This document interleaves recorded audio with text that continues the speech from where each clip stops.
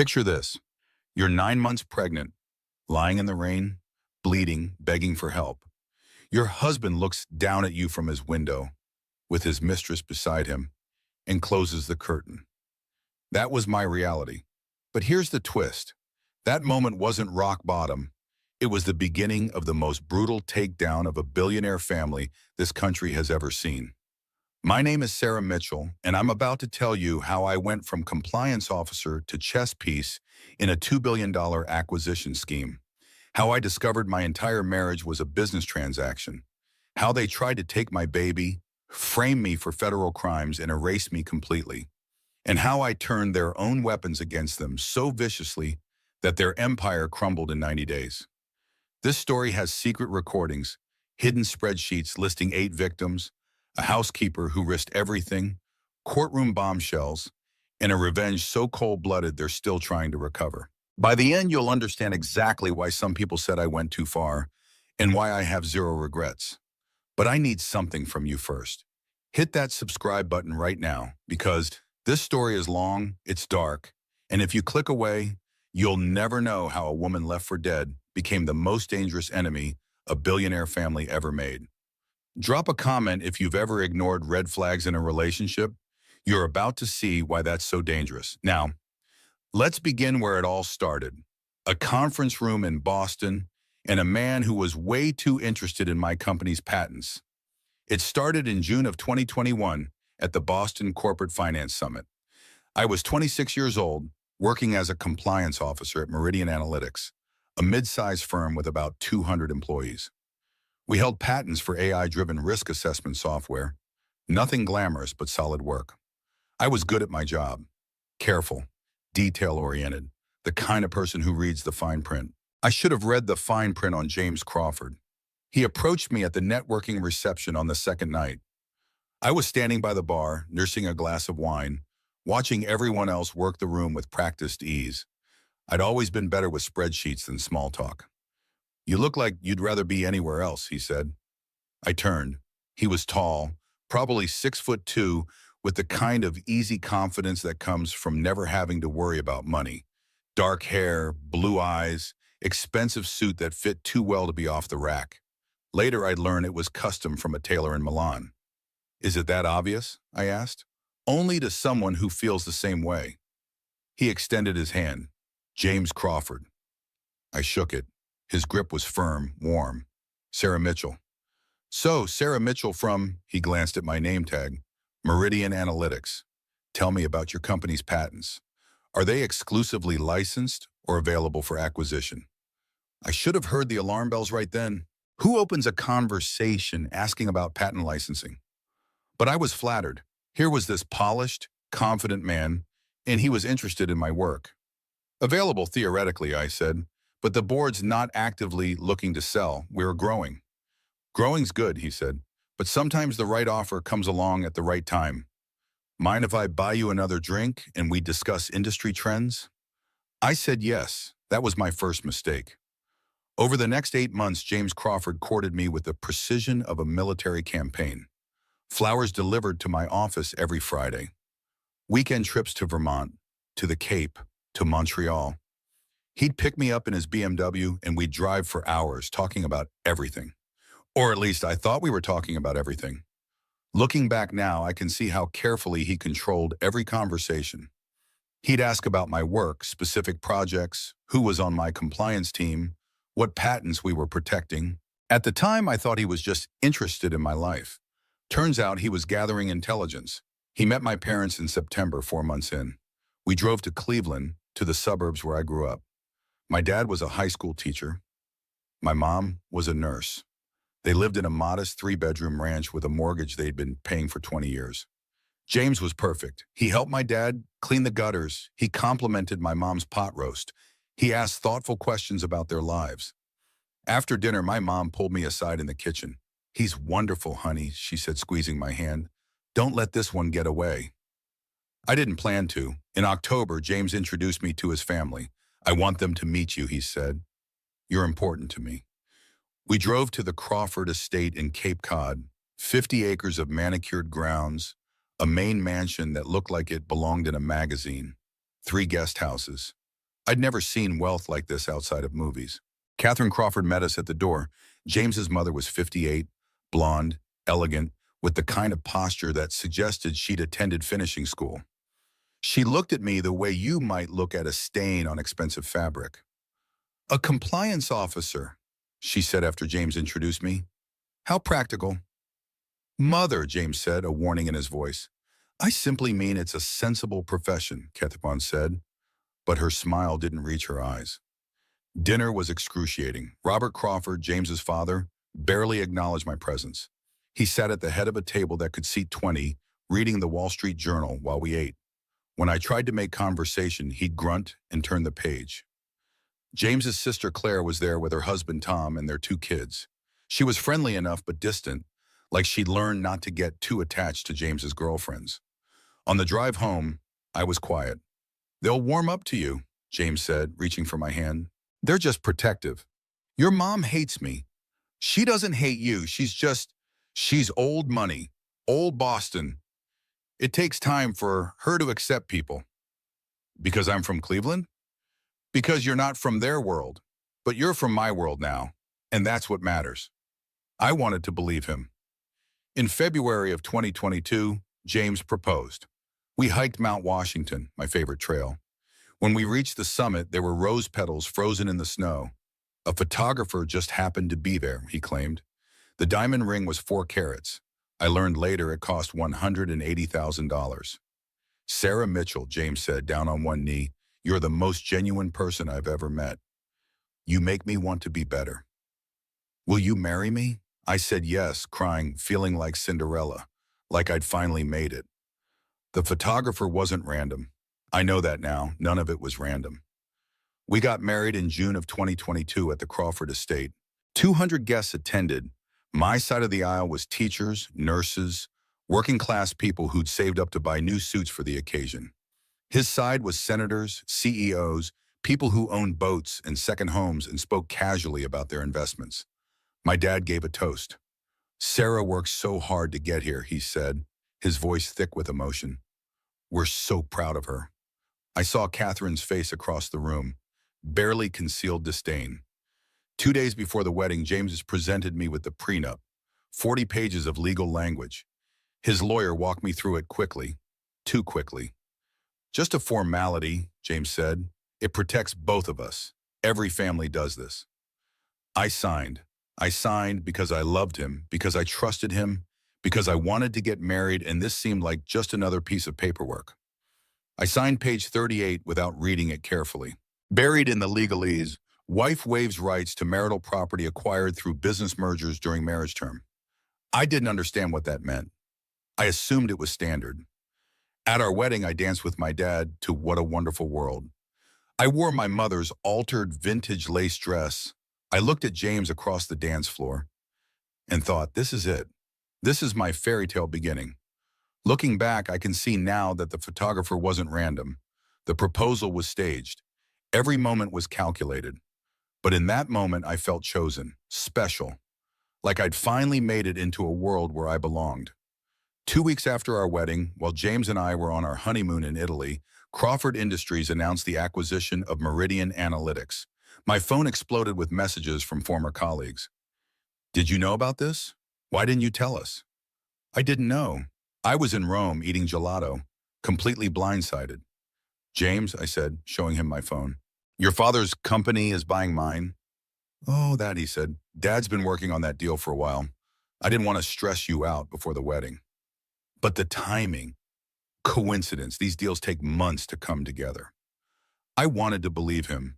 I did believe him, because the alternative was too horrible to consider. The deal closed in December of that same year, 6 months after our wedding. By then, I was 3 months pregnant.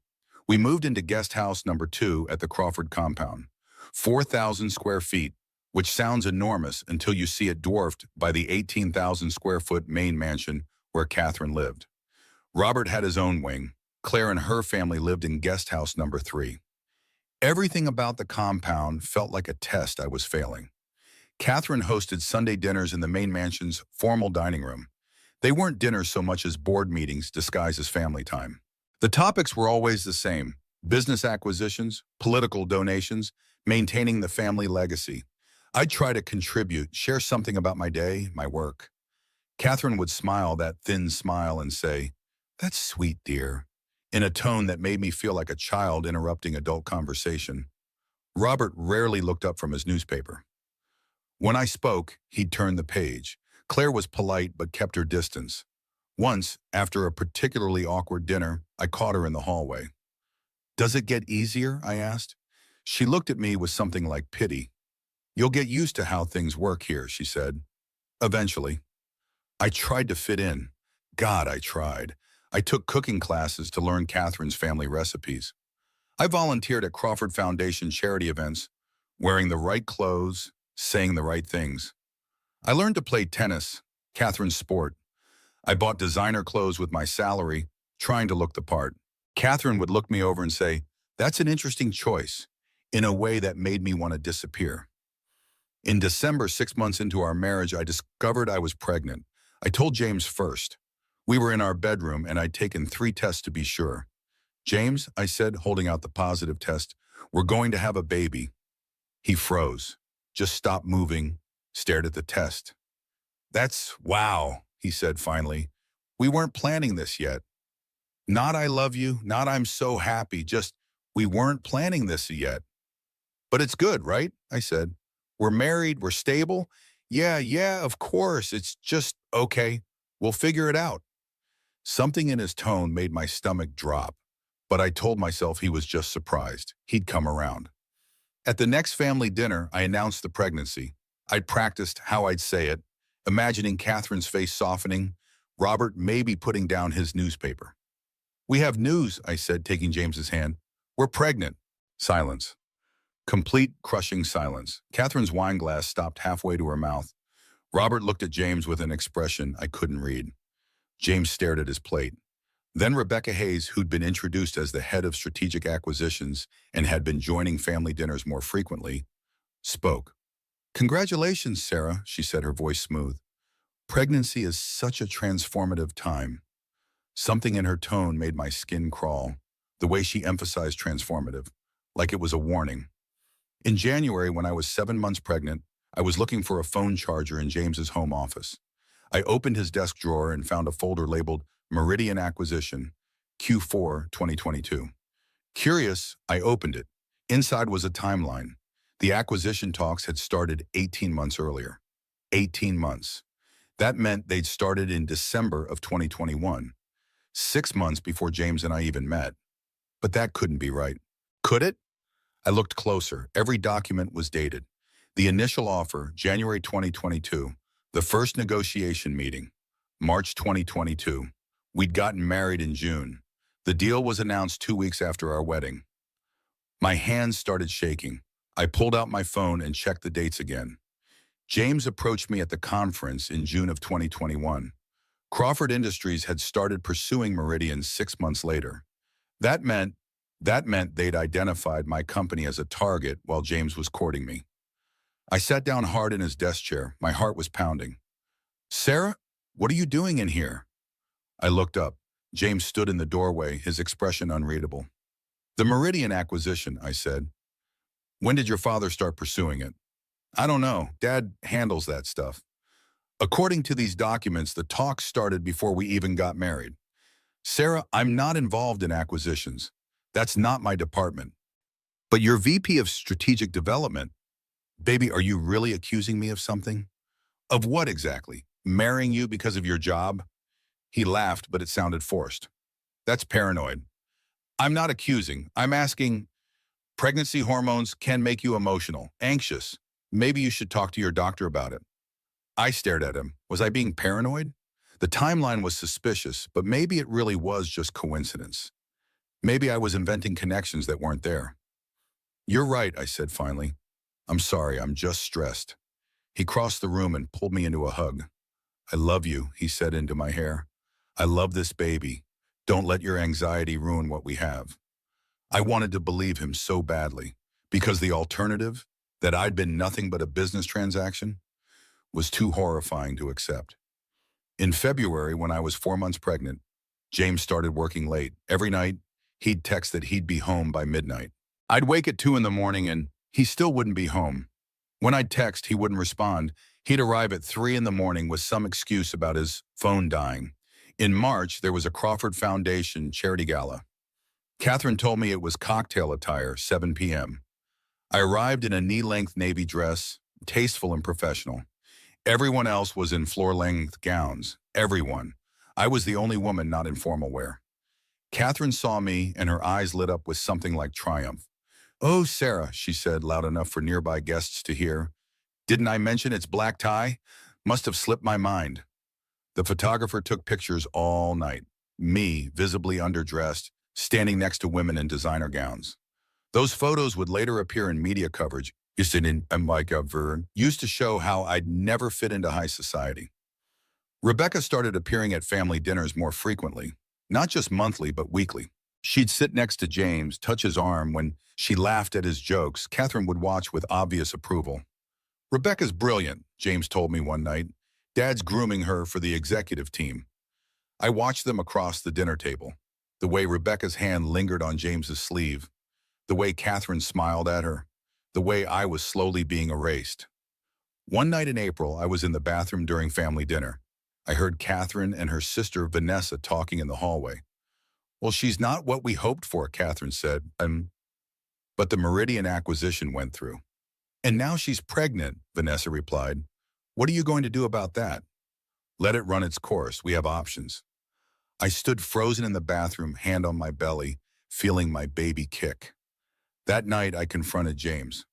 "I heard your mother. She said I was part of the business deal." He exploded.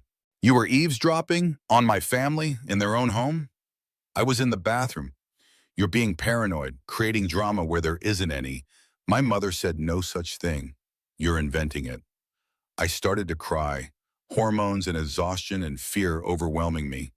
James softened, pulled me close. Hey, I know pregnancy is hard. The anxiety, the mood swings. Maybe we should get you some help." "Therapy? For the stress?" And just like that, he made me doubt my own reality. Made me wonder if I was crazy. The next week, he booked us couples therapy. For 2 weeks after that, he was attentive. Brought me breakfast in bed. Came to my OB appointments. Held my hand during the ultrasound. "It's a girl," the technician said. "Emma," James said, squeezing my hand. "Let's name her Emma." I looked at him and thought maybe I'd been wrong. Maybe we really were going to okay. In April, when I was 6 months pregnant, my morning OB appointment was canceled last minute. Doctor's emergency, they said. I came home at 11 in the morning, earlier than usual. I saw Rebecca leaving our guest house. Her blouse was slightly untucked. Her hair was messed. She adjusted both as she walked toward her car. When she saw me, she didn't look guilty. She looked triumphant. "Oh, Sarah," she said, "James is on a conference call. I was just dropping off quarterly reports." I looked at her hands. No reports, no briefcase, nothing. "Have a nice day," Rebecca said, smiling. I walked to the guest house door. It was locked. I tried my key. James had changed the locks. I texted him. "Why is Rebecca in our house?" Read at 11:15 a.m.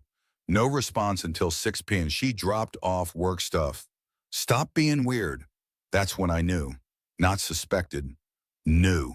I'd married a man who'd used me for business, who'd gotten me pregnant by accident, who was now sleeping with his colleague while I carried his child, and I had no idea how to escape.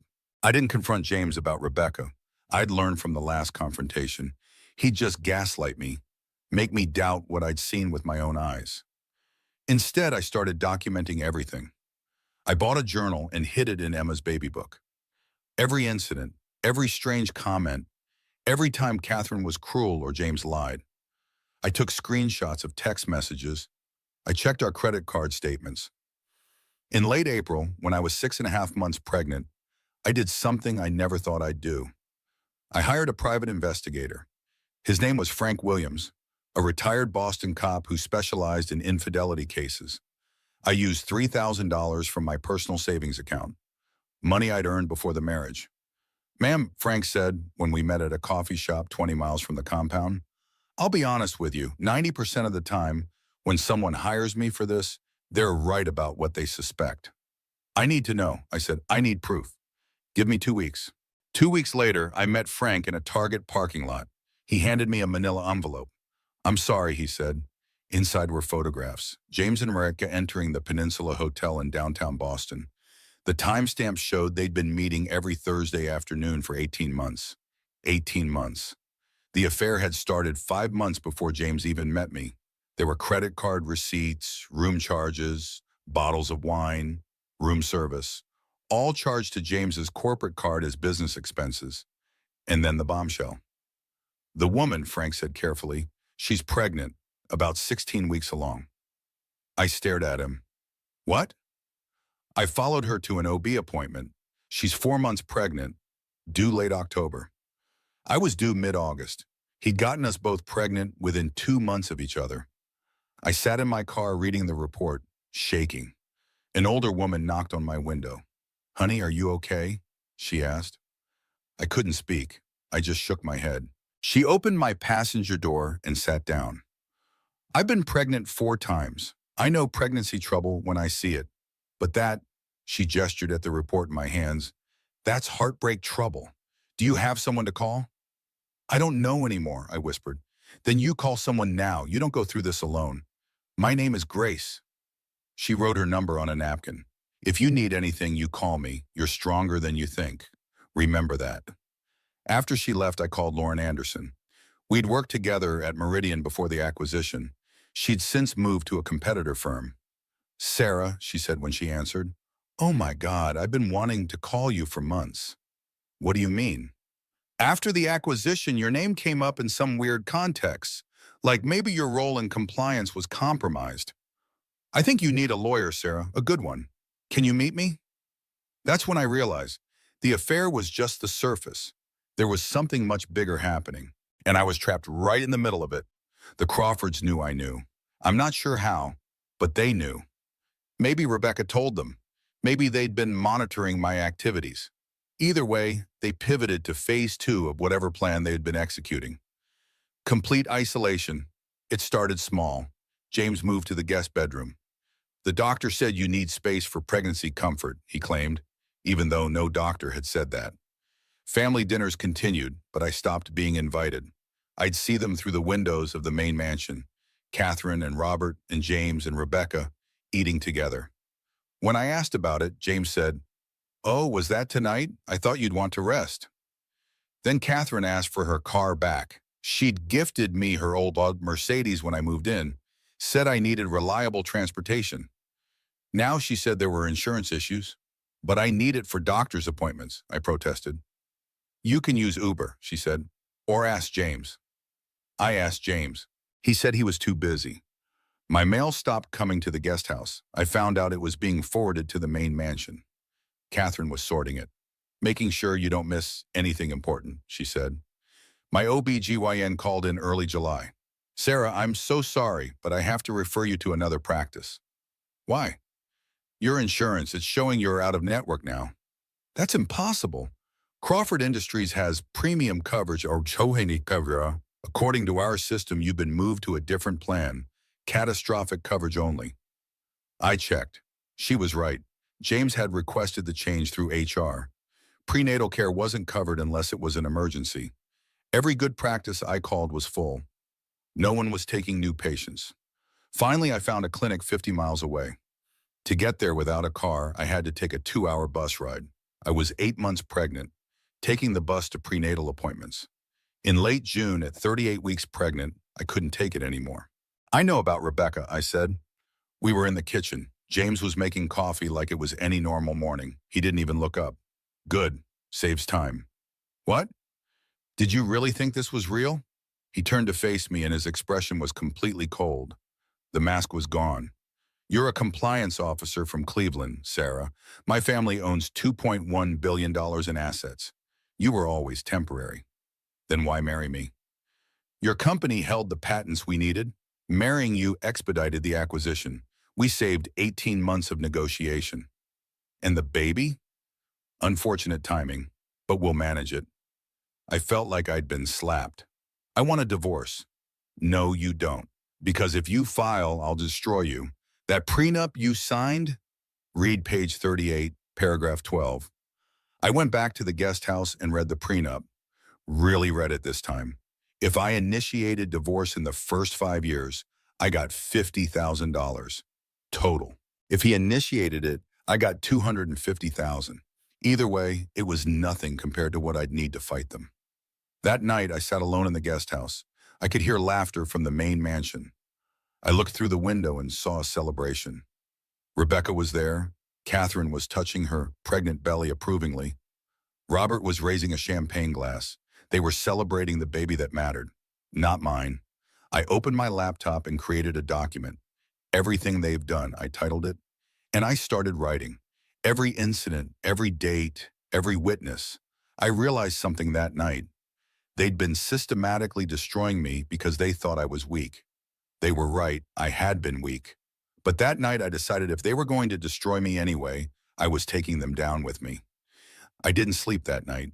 Instead, I made lists. Evidence I needed. People who might help. Legal options. Escape routes. By morning, I had a plan. Not a good plan, but a plan. I spent the day researching lawyers. Every family law attorney I called asked the same questions. Did I have assets? Could I afford a retainer? No and no. Finally, someone gave me a name. Margaret Sullivan, Maggie to her clients. Civil rights attorney who sometimes took cases pro bono. I called and left a message, not expecting a callback. She called back in an hour. Tell me everything, she said. I told her everything. The timeline, the prenup, the affair, the pregnancy, the isolation. She listened without interrupting. When I finished, she was quiet for a long moment. Sarah, she said finally, I've been practicing law for 20 years. I've seen bad situations. This is worse than bad. This is systematic. We're going to need evidence. A lot of it. I'm documenting everything. That's good. Keep doing that. But I need you to do something else. Something you're not going to like. No. What? Stop confronting them. Stop showing your hand. Right now they think you're defeated. Let them think that. Defeated people are less careful. They'll make mistakes. It went against every instinct. I wanted to scream at James, at Catherine, at all of them. But I understood what Maggie was saying. How long do I have to pretend? I asked. Until we have everything we need to bury them. Over the next few weeks, I played the part. The defeated wife, the woman too broken to fight back. Meanwhile, I gathered evidence. Lauren helped. She'd email me documents from the Meridian acquisition. Internal memos showing Crawford Industries had targeted my company specifically. Communications showing they'd researched the compliance team, identified me as the person with access to sensitive information. I found text messages James had forgotten to delete. Conversations with Rebecca dating back 20 months. They'd been together before he ever met me. Every romantic gesture, every intimate moment we'd shared, he'd been reporting back to her. One text from Rebecca, dated June 15, 2021, the day before James approached me at the conference. She's at the networking event tomorrow. Blue dress, brunette. Remember, she's smart, so you'll need to work harder. He'd known what I looked like before he ever said hello. I collected credit card statements showing the hotel rooms, the dinners, the gifts. All of it charged to corporate accounts, carefully coded as business expenses. I saved voicemails. Catherine calling to cancel events I'd been invited to, her voice dripping with false sweetness. We just thought you'd be more comfortable resting at home, dear. Pat Donnelly, the housekeeper, approached me in early July. I was sitting in the guest house, organizing files when she knocked. Mrs. Sarah, she said, can I talk to you? Of course. She sat down, nervous. I've worked for this family for 20 years. I've seen things, bad things, but what they're doing to you, it's evil. Pat, my daughter told me I should record things just in case. So I did. She pulled out her phone. I've been recording for 6 months. Conversations. How they treat you. I want you to have these. For when you need them. I stared at her. You could lose your job. I'm 60 years old, Mrs. Sarah. I'll find another job, but I couldn't live it with myself if I didn't help. The recordings were damning. Catherine calling me the acquisition in private conversations. Robert discussing exit timelines. James and Rebecca talking about their relationship while I was in the next room. But the most important recording was from July 20th, 3 days before the night that changed everything. Catherine and Rebecca in Catherine's study, discussing plans. She's almost full term, Rebecca said. What if she just leaves after the baby's born? She won't, Catherine replied. Where would she go? No money, no car, no job prospects. We've made sure of that. And if she tries to fight? We have the embezzlement angle ready. Those old approvals from Meridian can be recontextualized.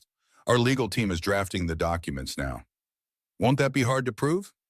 Digital forensics is surprisingly easy to manipulate if you have the right experts, and we have the best. I listened to that recording 3 times. They were planning to frame me, had been planning it for months. I sent copies of everything to Maggie. She called me immediately. Sarah, this is federal. This is conspiracy, fraud, potentially RICO. We need to get you somewhere safe. I can't leave yet. I'm 9 months pregnant with no resources. If I run now, they'll use it against me. Say I'm unstable. Then we wait until after the baby's born. But Sarah, these people are dangerous. Be careful. I was careful. I played my part, the meek, defeated wife. But inside, I was building a case that would destroy them all. By July, I was 40 weeks pregnant, and they'd stop pretending. The systematic erasure was complete. I wasn't invited to family dinners anymore. I wasn't copied on household emails. When I'd walk past the main mansion, I could see them through the windows, laughing, eating, living their lives.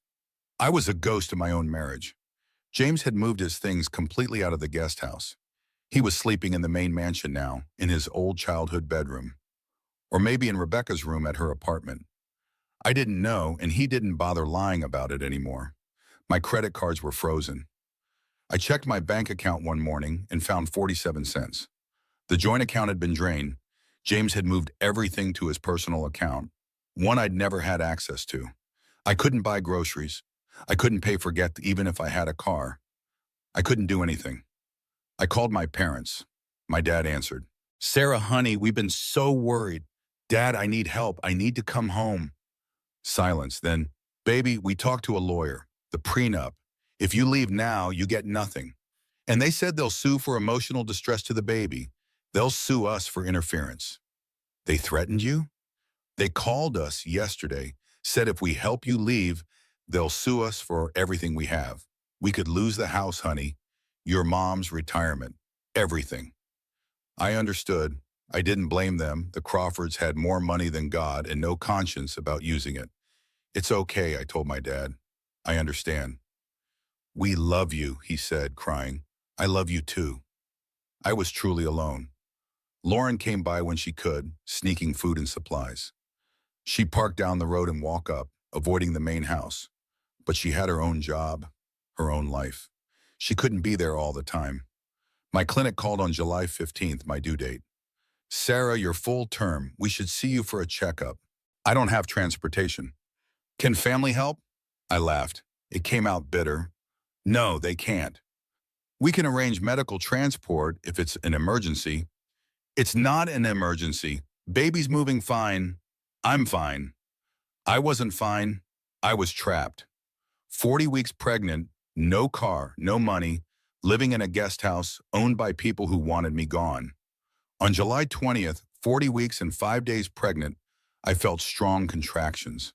Not the Braxton Hicks I'd been having for weeks. Real ones, 3 minutes apart. I called the clinic. I think I'm in labor. Can you get here? I don't have a car. Can you call an ambulance? Yes, I'll call. I hung up. I stood in the guest house, feeling my daughter moving inside me, preparing to be born. And I realized something. I couldn't call an ambulance. If I did, if I gave birth in a hospital with witnesses and medical records, it would be harder for them to control the narrative. They wanted me to go into labor here at the estate, where they could script the story however they wanted. The contractions were still 3 minutes apart. I had time. I called Maggie instead. I think I'm in labor. Real labor. What do I do? Call 911 right now, yeah. If I leave, they'll say I abandoned the property.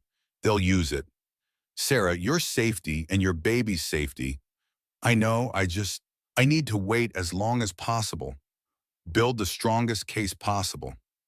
Please don't wait too long. I didn't know then that too long was only 2 days away. On July 22nd, I woke at midnight with contractions every 2 minutes. My water hadn't broken yet, but the pain was intense. I knew this was it. Real labor. Not false labor. Not Braxton Hicks. This was my daughter ready to meet the world. I tried to call the clinic. The after-hours line went to voicemail. I tried Lauren. No answer. It was midnight on a Tuesday. She was asleep. I looked out the window at the main mansion. Lights on in Catherine's wing. Someone was awake. I had to try. I walked across the lawn, feeling contractions grip me every few steps. The grass was wet with dew. My feet were bare. I was wearing a nightgown. By the time I reached the front door, I was crying from pain. I knocked, no answer. I knocked harder. Lights stayed on, but no one came. I banged on the door. Catherine, please, I need help. The door opened. Catherine stood there in a silk robe, perfectly composed even at midnight. Sarah, what on earth? I'm in labor. Real labor. I need you to call 911, please. She looked at me, really looked at me, and I saw no compassion, no humanity, just calculation. First babies take forever, Sarah. I'm sure you'll be fine until morning. Catherine, please. Something feels wrong. There's pressure. You're being dramatic. This is exactly the kind of emotional instability we've been concerned about. Please, go back to the guest house. Get some rest. We'll reassess in the morning. As she started to close the door, I put my hand out, tried to stop her. Please don't do this. Please, I'm begging you. Just call for help. You don't live here anymore, Sarah. You're trespassing. She closed the door. I heard the lock click. I stood there, contractions coming faster now, understanding finally and completely that they were going to let me suffer. Maybe let me die. I needed to get to James. His bedroom window was around the side of the house, ground floor. I stumbled around the mansion, holding my belly, trying to breathe through contractions. When I reached his window, I could see inside. James was there, in bed, with Rebecca. They were both awake. They saw me. I banged on the window. James, please, the baby's coming. Please call 911. He got up, opened the window 6 inches, not enough to let me in, just enough to talk. Sarah, you need to calm down. I can't calm down. I'm in labor. Please, our baby. Rebecca appeared over his shoulder. Even in my pain, I saw her face. She was 8 months pregnant herself now, triumphant. She's always been dramatic, Rebecca said. James, please, I could die. Emma could die, please. I'll call you an ambulance in the morning, if you're still having contractions. In the morning, James? Rebecca leaned forward. Did you really think he'd choose you? Even your baby can't compete with what we have. James closed the window. The curtains closed. The light went off. I was standing in the rain. When had it started raining? 40 weeks pregnant, in labor, and my husband had just closed the window in my face. I don't remember walking back toward the guest house. I don't remember collapsing in the driveway. I remember pain and rain and thinking, this is how I die. This is how Emma dies. And then I remember nothing. I woke up in the hospital.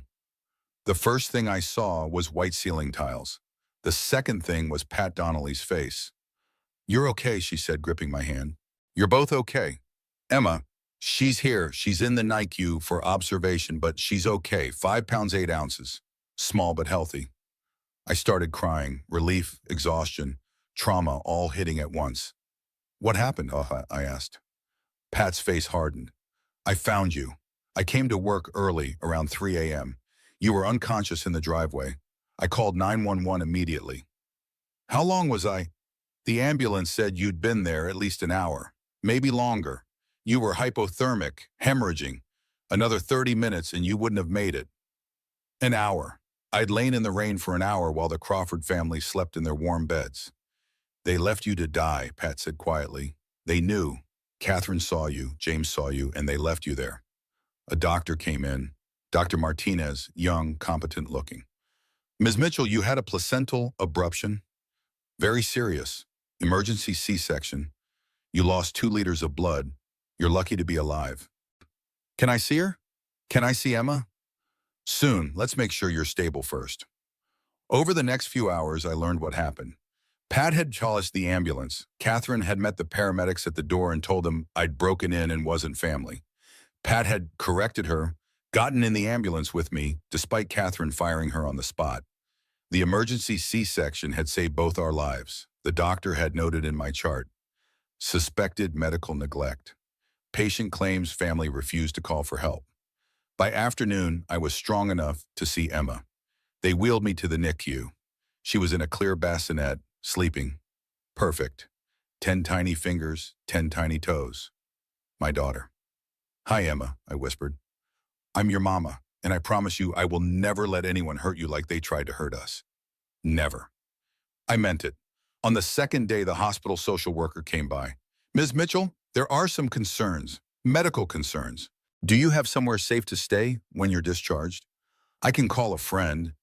The family has been calling. They want to discuss custody arrangements. My blood ran cold. What? They're claiming you're unfit, that you endangered yourself and the baby through poor judgment. They refused to call for help. They left me in the rain. I believe you, but they have lawyers, expensive ones, and they filed papers. That's when I learned, while I was recovering from nearly dying, the Crawfords had filed for emergency custody. They claimed I was mentally unstable, that I'd refused prenatal care, that I'd put myself and Emma in danger. They were trying to take my baby. Lauren arrived on day 3. She helped me discharge from the hospital, drove me and Emma to her apartment. You're staying here, she said, as long as you need. Lauren, they're going to take her. They have unlimited money and unlimited lawyers, and I have nothing. You have the truth, and we're going to make sure everyone hears it. Maggie called that evening. Sarah, I've reviewed the petition. It's bad. They're claiming you fabricated abuse allegations, refused medical care, endangered the baby. They have statements from Catherine saying she offered to help and you refused. That's a lie. I know. And we're going to prove it. Pat's recordings will help. But Sarah, we need more. We need to show a pattern. This can't just be about one night. What do you mean? I mean we need to expose what they really are, and that's going to take time. I looked at Emma sleeping in the bassinet next to Lauren's couch. She was 3 days old. She deserved better than this. Better than a mother fighting for custody. Better than a family that wanted to use her as leverage. But she was stuck with me, and I was going to have to be enough. Over the next 6 weeks, I lived in Lauren's one-bedroom apartment. I slept on the couch. Emma slept in a borrowed bassinet. I pumped breast milk and worked night shifts at a 24-hour pharmacy, the only job I could get that didn't require references the Crawfords could sabotage. During the day, I met with Maggie. We built the case. Pat's recordings, the PI's report, medical records, financial records showing how they drained my accounts. But the Crawfords were building their case too. They released a statement to the press. Sarah Mitchell targeted our son through her position at a company we acquired. When the relationship deteriorated, she fabricated abuse claims to extort money. We're seeking custody of our grandchild to ensure her safety. Comment sections filled with people calling me a gold digger, a liar, a bad mother. Someone leaked photos of Emma to gossip websites. My 3-week-old daughter's face was on TMZ, with strangers commenting on whether she looked like James. I broke. Lauren found me crying at 2 a.m., Emma asleep in my arms. I can't do this, I said. I'm destroying her. Her face is online. People are saying horrible things. Maybe I should just take their settlement and disappear. Sarah, maybe they're right. Maybe I am just bitter and trying to hurt them because I lost. You didn't lose anything. They tried to kill you. But what if fighting makes it worse? What if I'm being selfish? Lauren sat down next to me. What if you win and Emma grows up knowing her mother fought for her? That stopped me. An email arrived that night at 11:47 p.m. The sender was victim1anonymous@protonmail.com. Dear Sarah, it read, you don't know me, but I'm the first victim. I took the money, I signed the NDA, I disappeared. I was wrong. That money ran out. My career never recovered. I lost myself because I let them silence me. You're at the moment where stopping seems easier than continuing. But here's what I learned. If you stop now, you'll never forgive yourself. They're scared. That's why they're attacking. Don't stop. Finish what I couldn't. For all of us. I read it 3 times, then I opened my laptop. I emailed Maggie, I'm not stopping. Let's go to war. I emailed Pat, are you willing to testify in court? I emailed Lauren, I need help finding the other victims. And I emailed James one last time. You should have called for help that night. What happens next is because you didn't. His response came at 3 a.m. You're going to regret this. But he was wrong. The only thing I regretted was not fighting back sooner. Lauren and I found the other victims. It took weeks of detective work, searching corporate records, tracking LinkedIn profiles, finding women who'd married Crawford Industries executives or their associates around the same time as major acquisitions. We found 8 of them. 8 women whose lives had been destroyed the same way mine almost was. Karen Peterson was the 4th victim. She'd been a CFO at a software company Crawford acquired in 2017. She'd married a PE partner, gotten pregnant, lost the baby to stress, signed an NDA, took $750,000 and disappeared. When we called her, she cried. I thought I was the only one, she said. I thought I was crazy. You're not crazy and you're not alone. Will you testify? They'll sue me for breaking the NDA. Let them. We'll fight it together. One by one, they agreed. 5 of the 8 were willing to come forward. The other 3 were too scared, and I couldn't blame them. But 5 was enough. Maggie hired a forensic accountant named David Clark, former FBI. He analyzed the embezzlement evidence the Crawfords had fabricated. This is sophisticated fraud, he told us. Someone took legitimate transactions Sarah approved years ago and altered the context to make them look criminal. But they left digital fingerprints. I can prove it's fake. We gathered evidence. Medical expert testimony about the neglect. Pat's recordings, financial records. Testimonies from 5 other victims showing a pattern. And then we found the smoking gun. Maggie's IT specialist managed to access Rebecca's cloud storage. Legally questionable, but what we found was worth the risk. An email dated August 1st, 2023, before the custody hearing. From Catherine to Rebecca. The Mitchell acquisition is complete. Should we accelerate exit timeline? Pregnancy is inconvenient. Rebecca's response. Use pregnancy as leverage, claim instability, frame embezzlement, take custody. She'll sign anything to get supervised visits. They'd planned everything, every detail. They were going to take my baby and use her to control me. We contacted the FBI, securities fraud, wire fraud, conspiracy. The federal government opened an investigation, and then we went to trial.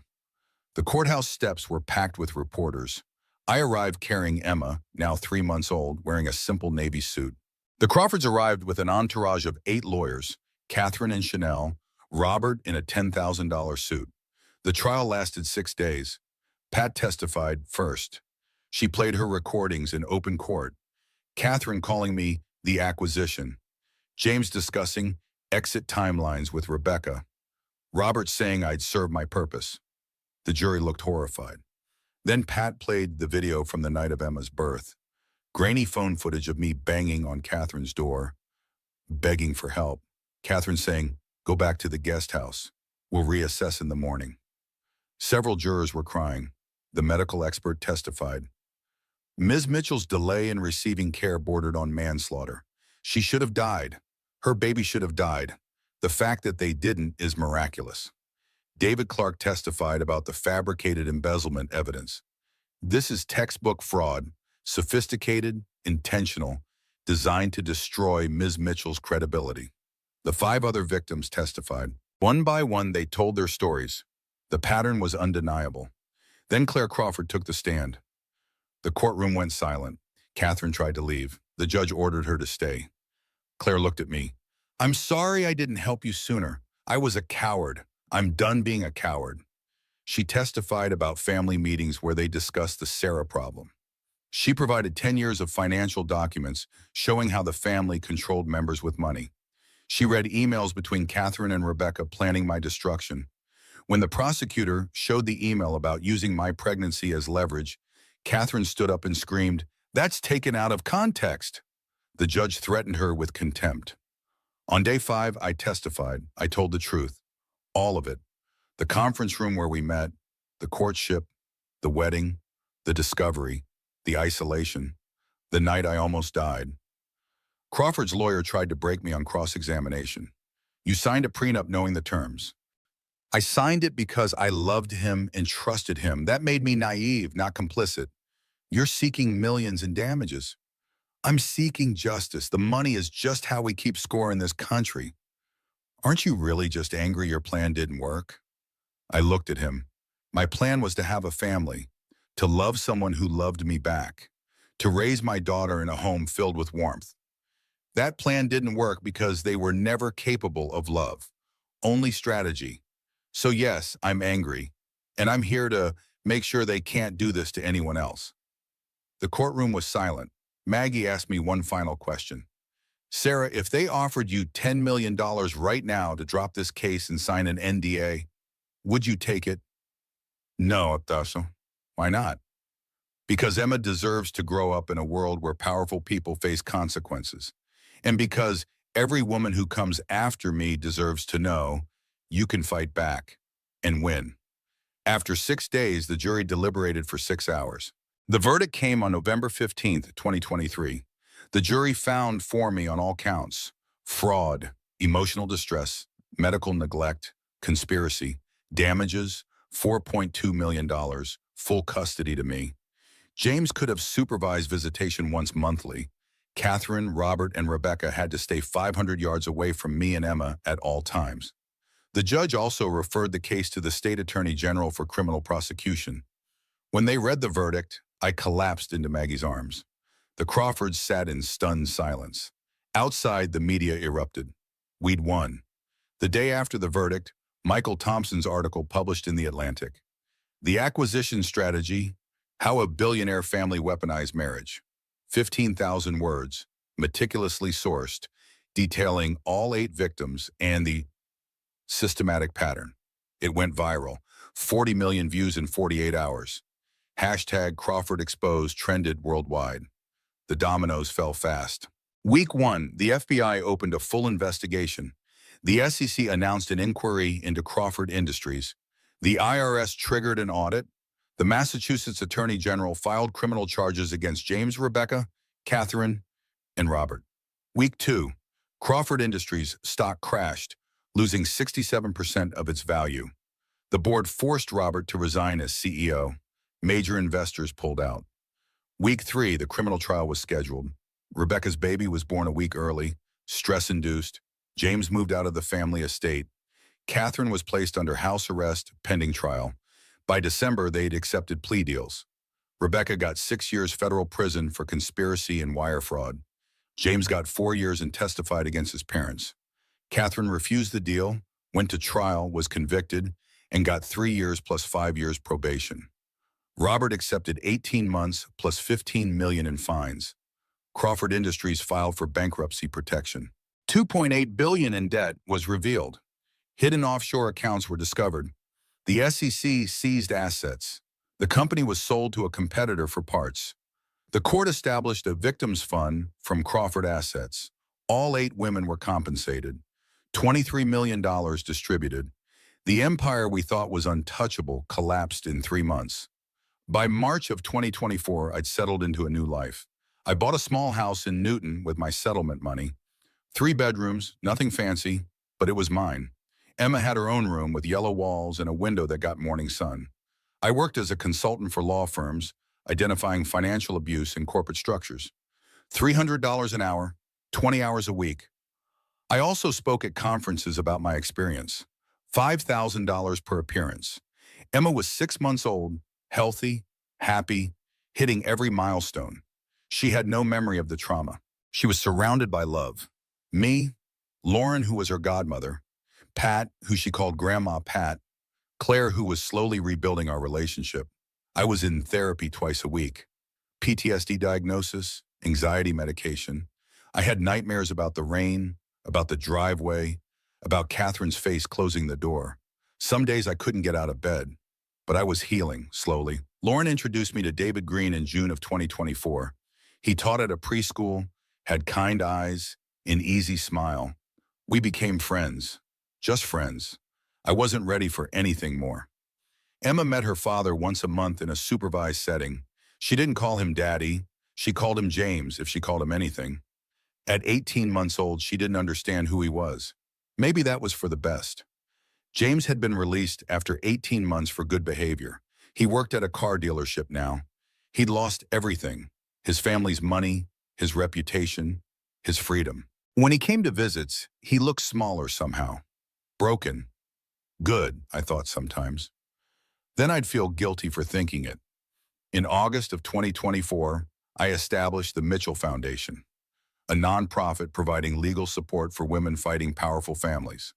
We helped 200 women in the first year. I also signed a book deal. Maggie negotiated it, $750,000 advance for my memoir. Michael Thompson helped me write it. Acquisition, a memoir, would publish in 2026. Life wasn't perfect. I still had panic attacks. I still hyper-vigilant, checking locks 3 times, looking over my shoulder. Emma sometimes asked why she didn't have a daddy like other kids. I didn't have an easy answer. But we were safe. We were free. And every day I was becoming a little bit stronger. Catherine served 18 months and was released early for age and health reasons. She lived in a small condo now, the estate having been sold. She'd developed major depression. Robert divorced her from prison, protecting what little money remained. Robert served 14 months, was released to a halfway house. His net worth was $87,000. Everything else had been seized. He lived in a studio apartment, worked as a consultant with no clients. Claire had been cut off from the family trust fund when it was seized in bankruptcy. She was working as an elementary school teacher now, her first real job. Her marriage was strained but intact. She and I talked once a week. It was complicated, but we were trying. Rebecca was in federal prison in Connecticut. Her son was being raised by her elderly mother. She was reportedly writing a memoir but hadn't found a publisher. Pat had retired with the $100,000 I'd given her from my settlement. She'd testified at all the criminal trials. She'd written a book, 20 Years Below Stairs, The Housekeeper Who Took Down a Dynasty. When it was a modest bestseller, she used the money for her grandchildren's education. Everything had changed in less than 2 years. Sometimes I'd drive past the old Crawford estate. Someone had bought it at the foreclosure auction. I knew who. I'd organized the consortium that purchased it, because revenge isn't always violent. Sometimes it's strategic. The Crawford estate sat on 50 acres of pristine land overlooking Cape Cod Bay. Worth $12 million before the scandal, it sold at auction for $3.8 million. My consortium bought it in December of 2024. Lauren helped me organize the investors. Maggie structured the deal. We had enough from my settlement and their contributions to make it happen. The Crawford family didn't know I was involved. The purchase went through a series of LLCs, intentionally obscure. When the paperwork finalized, I visited the property for the first time since the night I'd nearly died there. Lauren came with me. Emma, now 16 months old, was with Pat for the day. We stood in the driveway where I'd collapsed, the place where I'd lain in the rain, bleeding, begging for help that never came. What are you going to do with it? Lauren asked. Something they'll hate. In January of 2025, we broke ground on the Emma Mitchell Center, a shelter for women fleeing financial abuse. The mansion would house up to 30 women and their children. The guest houses would become counseling centers. The grounds would be gardens where they could heal. The Crawford estate, the symbol of their power and their cruelty, would become a sanctuary for their victims. When Catherine learned about it from a news article, she reportedly had a breakdown. She called me once from a number I didn't recognize. "How could you?" she sobbed. "The same way you could leave me in the rain," I said, and hung up. I never heard from her again. The Emma Mitchell Center opened in May of 2025. The ribbon-cutting ceremony made national news. I stood on the steps of the mansion, Emma on my hip, David beside me. We'd started dating in March, taking things very slowly. Reporters shouted questions. "Mr. Mitchell, 3 years ago today, you won your case. Do you have any regrets?" I thought carefully before answering. Regrets? Yeah. I regret trusting someone who didn't deserve it. I regret not seeing the red flags. I regret that my daughter will grow up with questions I can't fully answer. But do I regret fighting back? Never. They thought throwing me out while I was in labor would break me. They thought I'd take the money and disappear. They thought I was weak. Maybe I was. But weak things can become strong. Broken things can heal. And a mother protecting her child, that's the most dangerous force in the world. Your book is titled Acquisition. Why? Because that's what I was. An acquisition, a business transaction, a means to an end. But here's the thing about being treated like property. You learn exactly how much you're worth, and it's more than they ever imagined. Last question. Do you consider yourself a victim or a survivor? I looked at Emma, then at David, then at the center behind me. I'm both. I'm always going to be both. They made me a victim. I made myself a survivor. But more than that, I'm a mother. And everything I did, every battle, every nightmare, every moment I wanted to give up, I did it so my daughter would grow up knowing. You fight for what's right, even when it's hard, especially when it's hard. The Mitchell Foundation grew. By 2025, we'd helped 500 women. We had chapters in 12 states. I'd hired 4 of the 5 victims who testified at trial to run various departments. Karen Peterson was our Director of Victim Services. Diane Cooper ran our legal department. Lisa Carson was Chief Financial Officer. They were rebuilding their lives while helping others rebuild theirs. We formed something none of us expected, a family. Not the family we were born into or married into, but the family we chose. Every year on July 22nd, the anniversary of the night I almost died, we gathered at the center. All 5 victims, Pat, Lauren, Maggie, Michael, and me. We'd light candles, share stories, remember how far we'd come. To survival, we'd toast. To justice, someone would add.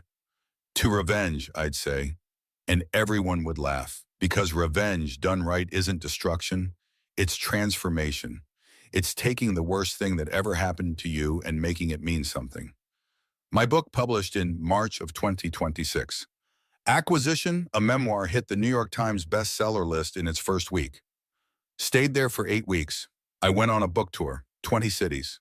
Bookstores packed with women who'd survived their own acquisitions, their own betrayals, their own nights in the rain.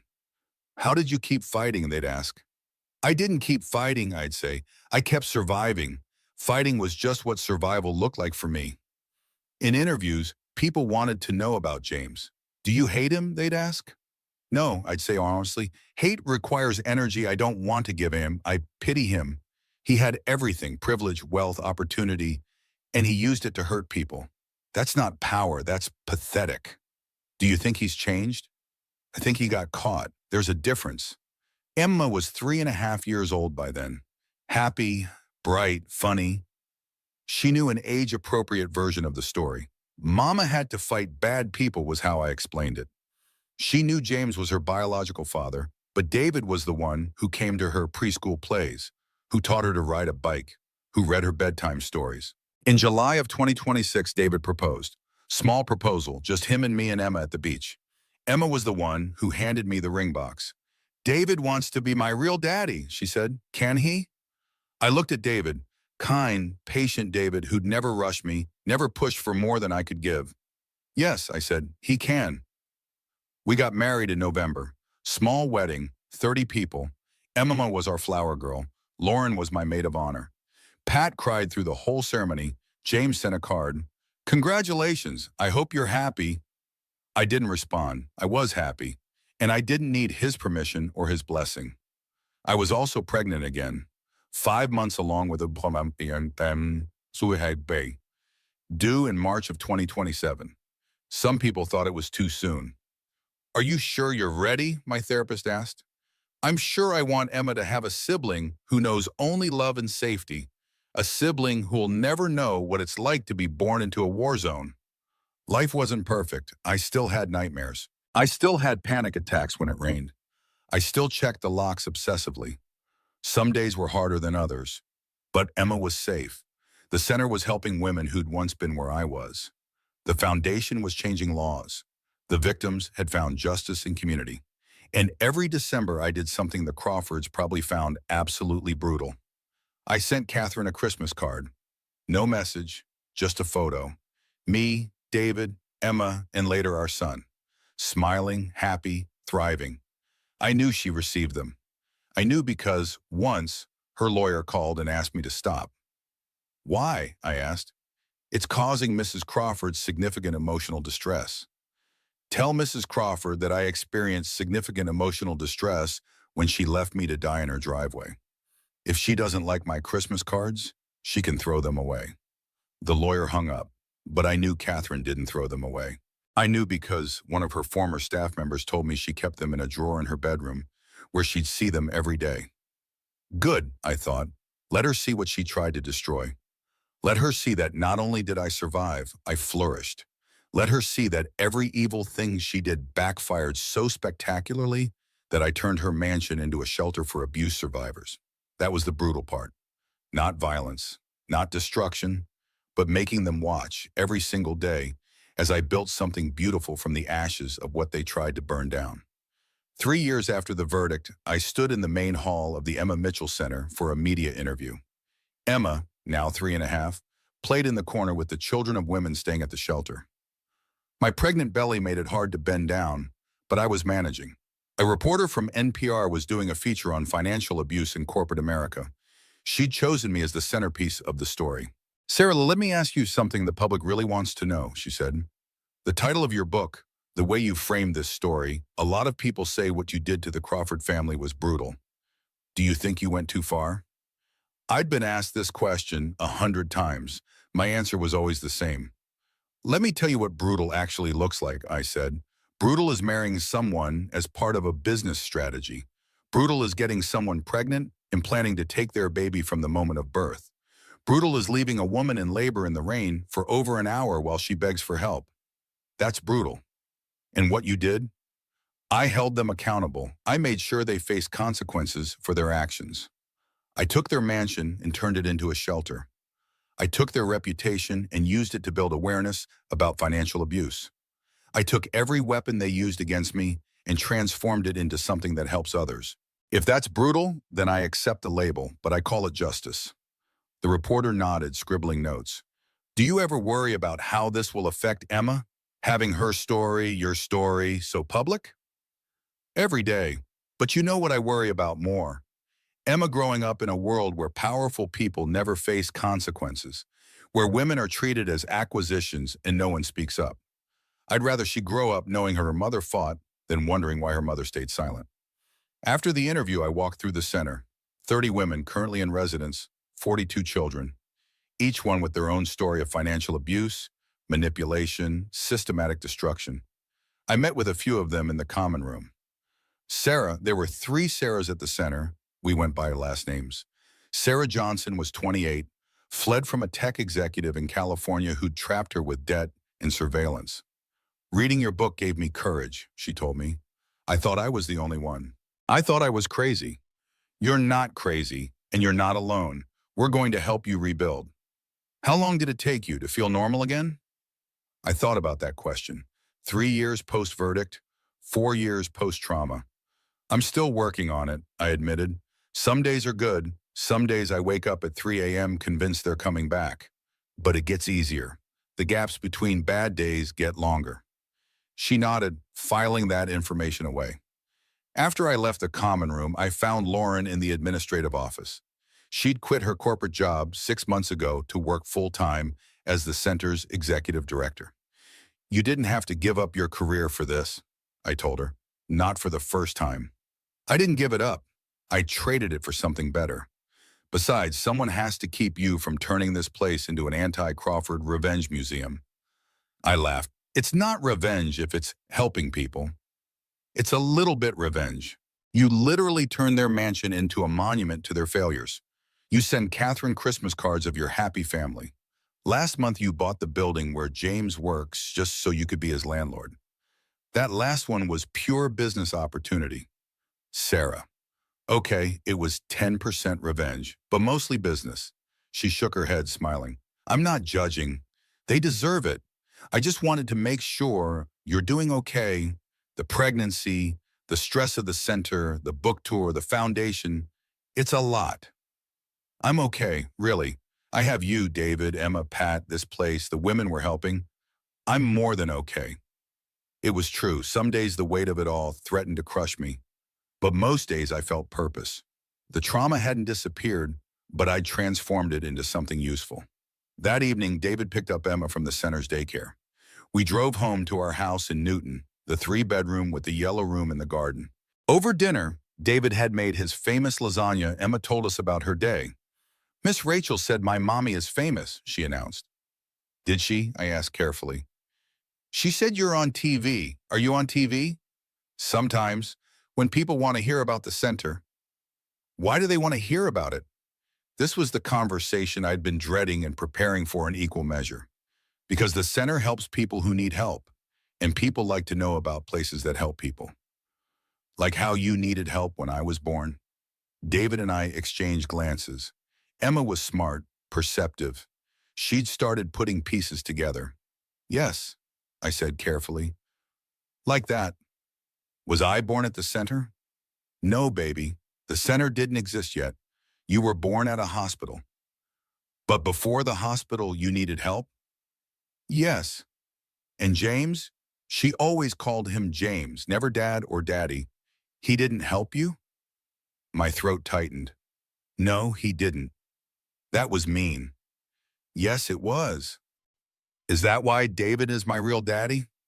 David reached across the table and squeezed my hand. David's your real daddy because he chooses to be, I said. Because he loves you and takes care of you and will always be there when you need help. That's what makes someone a real parent. Not biology. Love. She thought about this, twirling pasta on her fork.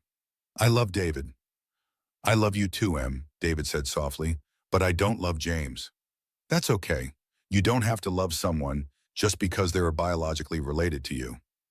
Good, she said, and went back to her lasagna like we'd been discussing the weather. Later, after Emma was asleep, David and I sat in the living room. His hand rested on my pregnant belly, feeling our son kick. She's going to have questions, he said, more and more as she gets older. I know, I have a whole plan, age-appropriate information at each stage. By the time she's a teenager, she'll know the full story. And if she wants to have a relationship with James, then that's her choice. I won't stop her. But I also won't force it. You're a good mother, Sarah. I'm trying to be. Some days I feel like I'm failing. Like all of this, the publicity, the center, the foundation, is just my trauma playing out on a public stage, and I'm dragging her into it. You're not dragging her. You're showing her what it looks like to turn the pain into purpose. That's not a bad lesson. I leaned against him, grateful for his steadiness. David never tried to fix me. He just stood beside me while I fixed myself. In March of 2027, I gave birth to a son. We named him Oliver. The birth was scheduled C-section at the hospital with excellent security. I'd learned from last time. Controlled environment, multiple witnesses, every precaution in place. David was there the whole time. So was Lauren. So was Pat. Emma came to visit in recovery, climbed carefully onto the hospital bed to meet her baby brother. He's so small, she said, touching his tiny hand. You were this small once. Really? Really? Was I born here too? No, you were born at a different hospital, but both times you and Oliver were the best days of my life. She seemed satisfied with that answer. James sent flowers. I had them donated to the hospital's newborn unit. Catherine sent nothing. I didn't expect her to. By summer, life settled into a new normal. I was on maternity leave from speaking engagements, but still consulting part-time from home. The foundation continued to grow. The center had a waiting list of women seeking shelter. Michael Thompson won a Pulitzer for his article. He called to tell me, "We did it," he said. "You did it. You wrote it. But you lived it. You made it possible." "Are you writing a book?" I asked. "You should write a book." Already talking to publishers. Patterns of predation, corporate acquisitions in the women they destroy. Catchy, right? Needs work on the title, but do it. Tell all their stories, not just mine. That's the plan. All 8 women, the system that enabled it, how it keeps happening. After we hung up, I looked around my living room. Emma was playing with blocks. Oliver was asleep in his bassinet. David was in the kitchen making dinner. This was not the life I'd imagined when I was 26 years old, meeting a handsome stranger at a conference. That life had been a fantasy, a carefully constructed trap. This life was real, messy, complicated, beautiful, real. Some people probably thought I should have let it go by now, moved on, forgiven, put it behind me. But here's what those people didn't understand. I had moved on. The center, the foundation, the book, the advocacy, that was moving on. It just wasn't moving on in the way they expected. I hadn't forgiven the Crawfords. I probably never would. Forgiveness is for the forgiver, people say, but I found peace without it. What I had instead was purpose. Every woman who came through the center's doors, every law we helped change, every person who read my story and recognized their own, that was moving on. And every Christmas card I sent to Catherine, showing her my thriving family in the mansion she'd once ruled, that wasn't moving on. That was making sure she never forgot what she'd done. Was it brutal? Maybe, but it was also justice. And sometimes those two things look exactly the same. In November of 2027, I received a call from Claire. We've been rebuilding our relationship slowly. She came to visit once a month, played with Emma, was trying to be the aunt she should have been from the start. "Sarah," she said, "I need to tell you something. Robert died." I felt nothing. Not satisfaction, not sadness, not relief, just nothing. How? Heart attack, in his apartment. They found him 3 days later. "Are you okay?" "I don't know. He was my father. He was also a monster. Can both be true?" "Yes," I said, "both can be true. The funeral is next week.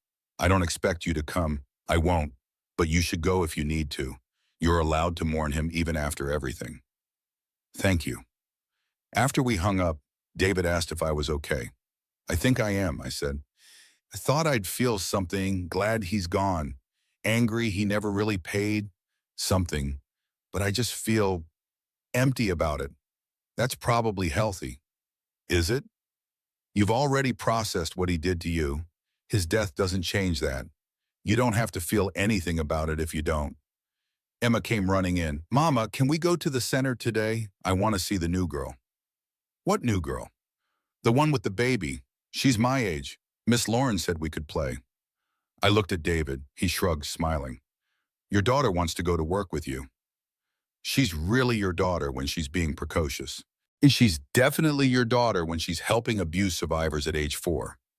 We went to the center. Emma did indeed play with the daughter of a newly arrived resident. I worked in my office. David handled some administrative tasks. Oliver napped in his carrier.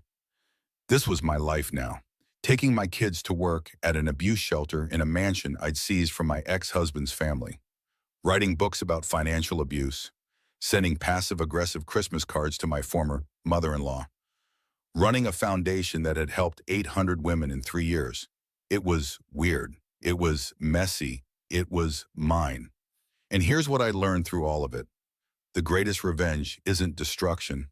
It's transformation. They tried to make me nothing. I became someone who helps women who were once nothing become someone. They tried to take my daughter. I built a place that keeps mothers and children together. They tried to silence me. I became one of the loudest voices in the conversation about financial abuse. Every evil thing they did, I turned into something good. And that, I think, was the most brutal thing I could have possibly done to them. Making them watch while I thrived, making them see that every weapon they used against me became a tool I used to help others, making them understand that trying to destroy me was the biggest mistake they ever made. Because I didn't just survive them, I beat them, and I made sure everyone knew it.